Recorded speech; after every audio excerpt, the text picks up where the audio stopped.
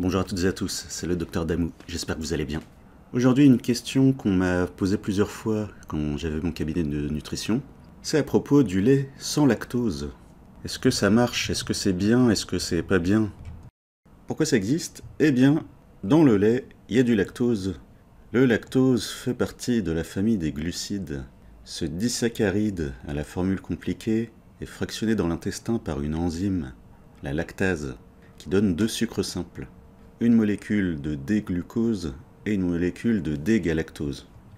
Donc, pourquoi ça existe? C'est parce qu'il y a plein de gens intolérants au lactose. C'est-à-dire que quand ils boivent du lait, eh bien l'intestin le digère mal et ça fait des symptômes type excès de gaz intestinaux, source amélie, sensation de ballonnement abdominal, voire des crampes, des douleurs.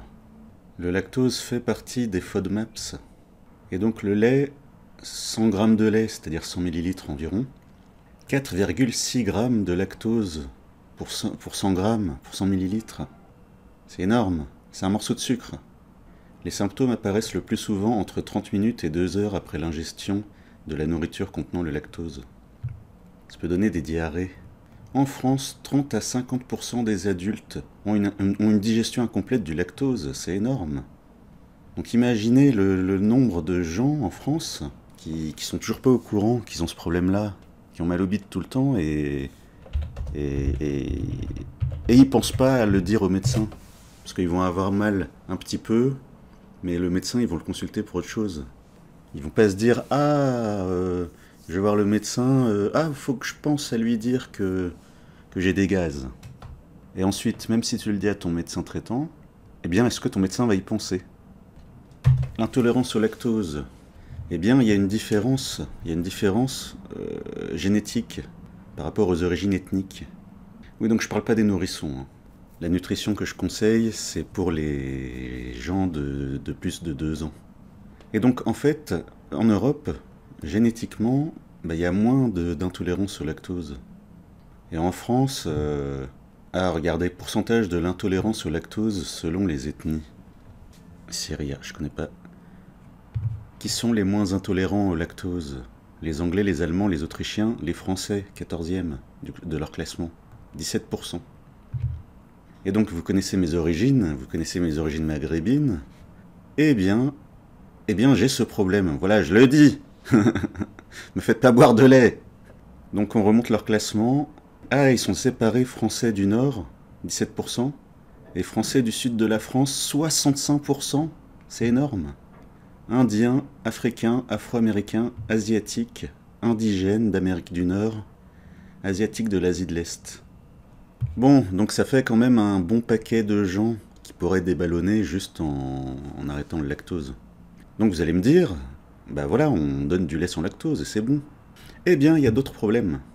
Source site produitslaitier.com. Le lait sans lactose, comment c'est fabriqué? Gérald Saada, directeur marketing et recherche et développement chez Candia. Comment retire-t-on le lactose du lait? On ne retire pas le lactose, mais on le rend digeste.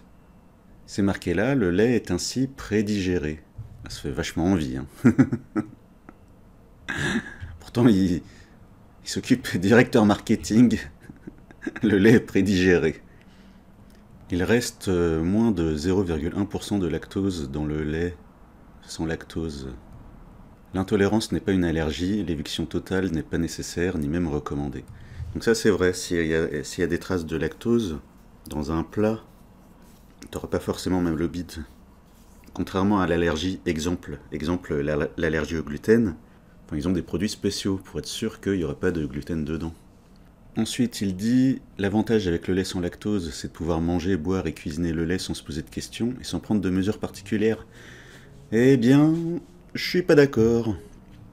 Je suis pas d'accord parce que quoi? Eh bien, parce qu'il reste les deux molécules de glucides.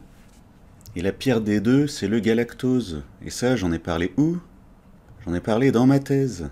Septembre 2015. Et dedans, j'ai cité une étude récente. Page 34. Une étude publiée fin 2014 a été très médiatisée, mais malheureusement tout le monde l'a oublié.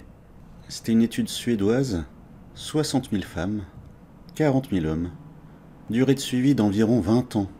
C'est énormissime. Cette étude montre une augmentation significative du risque de fracture du col du fémur chez les femmes buvant plus de lait. L'étude montre aussi une augmentation significative de la mortalité toute cause à chaque verre de lait quotidien supplémentaire. Plus elles buvaient du lait, plus la mortalité augmente. Plus elles boivent de lait, plus elles risquent de se fracturer le col du fémur. Alors que tout le monde croit que boire du lait c'est bon pour le squelette. Et ces risques, regardez, ces risques sont diminués de façon significative chez qui? Chez les consommatrices de fromage et de produits laitiers fermentés. Et donc, vous voyez bien que c'est différent entre boire du lait et manger du fromage. Les résultats avec le lait étaient pires que les gens qui prenaient pas de produits laitiers, alors que les résultats avec le fromage et les produits laitiers fermentés étaient meilleurs que chez celles qui prenaient aucun produit laitier. Alors le professeur Michelson, il a utilisé son cerveau. C'est quoi la différence? C'est le lactose. Et le lactose, la molécule de glucose, c'est pas elle. Parce que du glucose, les gens en ont mangé dans d'autres sources. En revanche, le galactose. Le professeur Michelson suspecte le galactose d'être à l'origine d'inflammation chronique et de stress oxydatif. Cette molécule est beaucoup moins présente dans les produits laitiers fermentés. Et voilà! Ça, c'est un bon scientifique.